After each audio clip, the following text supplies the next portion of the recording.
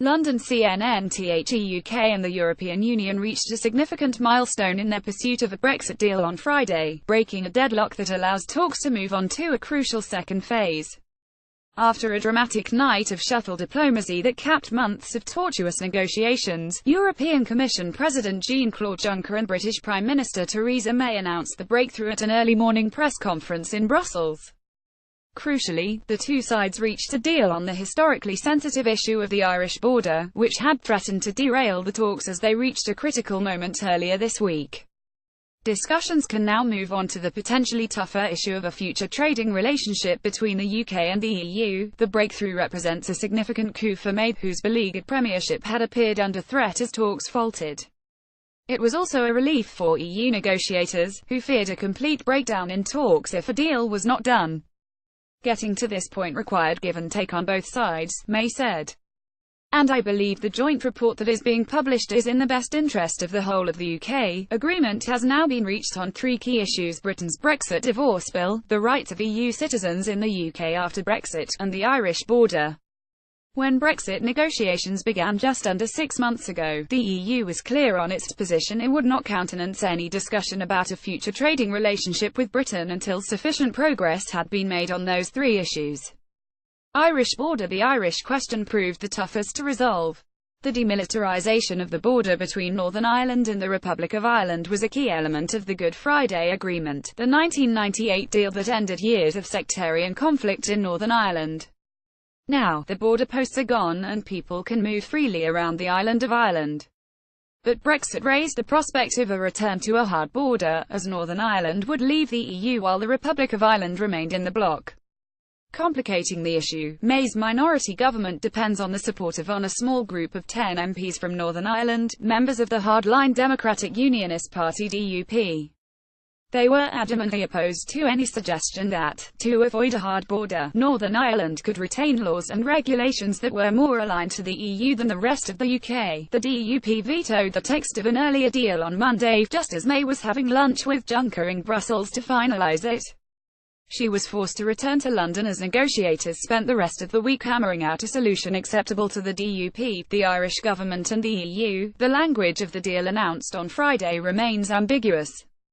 It says in the absence of agreed solutions, the UK will maintain full alignment with those rules of the internal market and the customs union which, now or in the future, support North-South cooperation, the island economy and the protection of the 1998 agreement.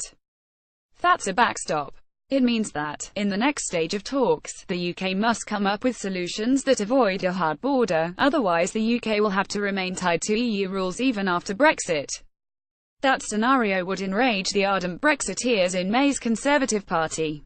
Divorce bill. Friday's agreement says the UK would be required to continue making contributions to the EU budget up to the end of 2020 as if it had remained in the Union. The report adds that the UK will remain liable for its outstanding financial commitments and liabilities up to December 3, 2020. A spokesman for the UK government put the estimated net cost of the divorce bill at between £35 billion and £39 billion, $47 billion and $52 billion, adding that this estimation represents a fair settlement of our obligations. Rights of EU citizens. After Brexit, EU citizens living in the UK and vice versa will have their rights to work and study protected. British courts will enforce the rights, but, in a concession to Europe, the UK has agreed that difficult cases can be referred to the European Court of Justice for 8 years after Brexit. Late-night drama discussions stretched into the early hours of Monday morning. When it was clear that a deal was done, May and her chief Brexit negotiator David Davis dashed to Brussels for a breakfast meeting with Juncker and other officials. Speaking alongside Juncker in the Belgian capital, May said the agreement was fair to the British taxpayer and resolved the outstanding issues of the Irish border. In Northern Ireland we will guarantee there will be no hard border, and we will uphold the Good Friday Agreement. No barrier north-south or east-west, she said. Juncker said sufficient progress has now been made on the three terms of the divorce. Negotiations for the UK to leave the EU can now proceed to the next stage, he added. If agreement had not been reached on Friday, it would have been impossible to prepare for its ratification at a summit of EU leaders on December 14 and 15, he said. We had to make the deal today. reaction. The leader of the DUP, Arlene Foster, claimed she had secured substantial changes to the text she rejected on Monday, adding she was pleased to see changes which mean there is no red line down the Irish Sea. In a statement, the DUP said it had one clear that commitments from the Conservatives that Northern Ireland will leave the single market and the customs union along with the rest of the United Kingdom. Ireland's Prime Minister Leo Varadkar said that the UK had guaranteed there would be no hard border and that the 1998 Good Friday Agreement had been fully protected. "It's a very significant day for the island of Ireland," he said.